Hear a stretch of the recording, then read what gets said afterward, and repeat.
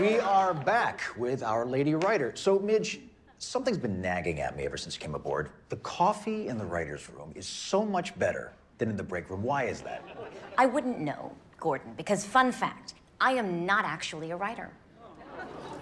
What? I'm a comedian.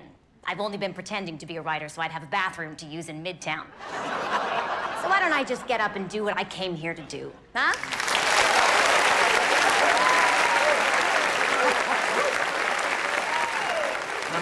Where are you going? We'll find out.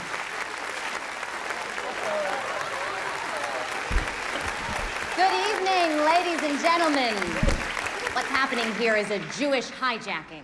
There's no planes involved, no one wants to go to Cuba. My only demand is 4 minutes of airtime and a ride to the doctor when I'm old. That's the nice thing about the Jews. We only hijack a conversation. So I am not actually supposed to be up here right now talking to you all. I broke a pretty big rule when I left that stool. But lately I've been doing a lot of things I'm not supposed to, like becoming a comic. That was a surprise to everyone, me especially. I was just a wife and a mother on the Upper West Side. Upper West Side? Really? My parents are in the audience tonight. Compare notes on the parking situation. My father's got a whole conspiracy theory going on. It's not a theory. There's a lot of Jews on the Upper West Side and not nearly enough parking spaces. Connect the dots. So I was just a wife and a mother, and then one day, my husband left me. On Yom Kippur.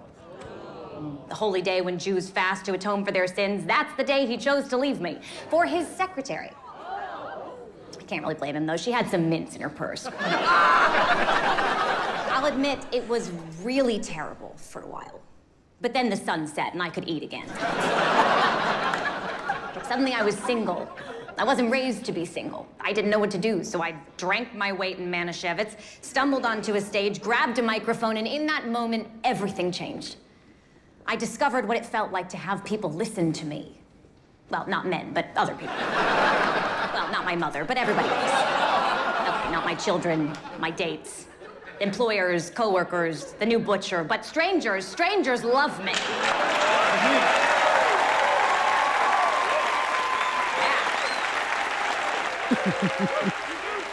How the hell did you get there?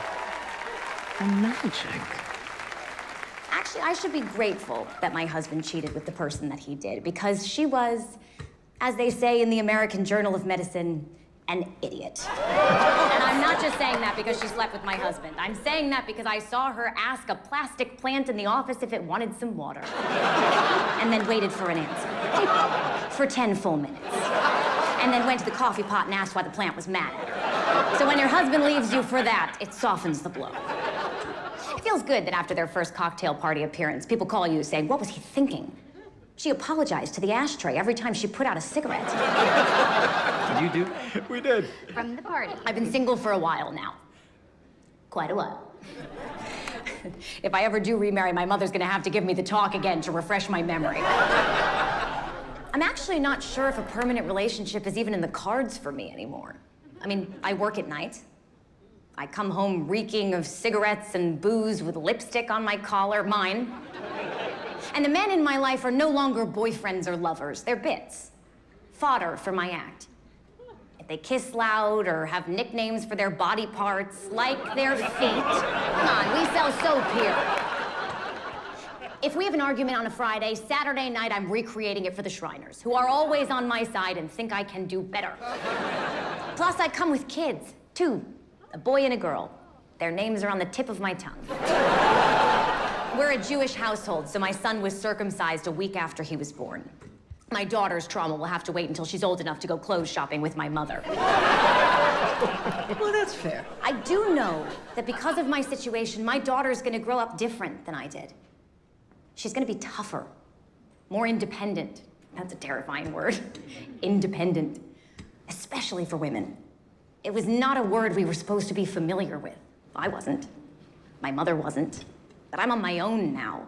So if I want that flat tire changed, well, clearly someone else is gonna do it. I'm independent, not an idiot. I haven't talked to a plastic plant in months. My kids, I promise their names will come to me. I think it's inevitable that they will hate me when they grow up. Like every other parent, I spend sleepless nights imagining what my kids are gonna say about me to their psychiatrists. Right?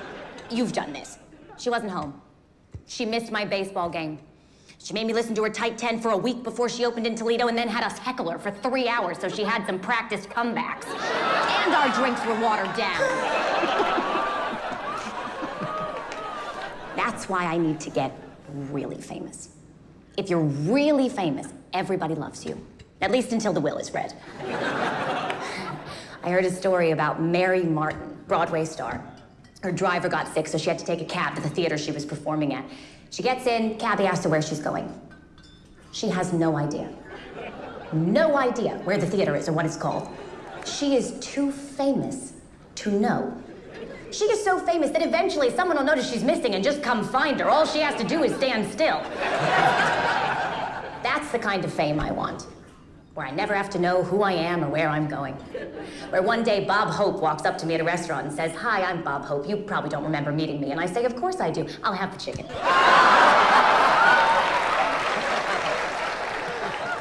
I want a big life. I want to experience everything. I want to break every single rule there is. They say ambition is an unattractive trait in a woman. Maybe. But you know what's really unattractive? Waiting around for something to happen. Staring out a window thinking the life you should be living is out there somewhere, but not being willing to open the door and go get it, even if someone tells you you can't. Being a coward is only cute in The Wizard of Oz. Ethan and Esther. I knew it would come to me eventually. Oh.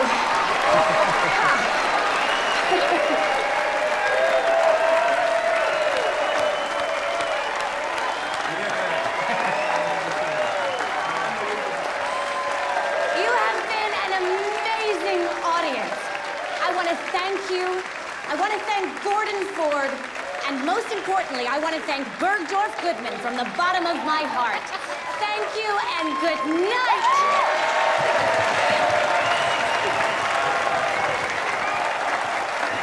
I just wish she'd worn a different dress.